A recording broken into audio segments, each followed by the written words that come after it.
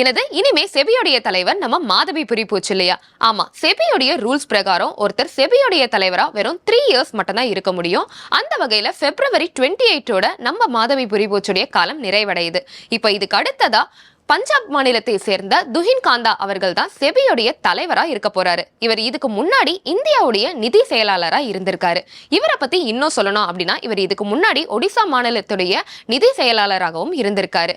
And SEBI ஆரம்பிச்சு இது வரைக்கும் 11 பேர் செபியோடைய தலைவரா இருந்திருக்காங்க. அதுல 10 பேர் மாதவிபுரி போச்சை தவிர்த்து ஒரு IAS அதிகாரியாகவோ இல்ல ஒரு பொதுத்துறையிலயோ தான் பணியாற்றி இருக்காங்க.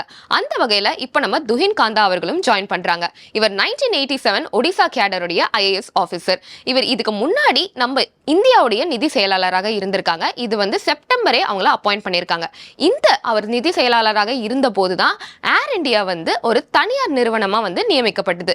இந்த மாதிரி நிறைய அச்சீவ்மெண்ட்ஸ் அவர் பண்ணியிருக்காரு.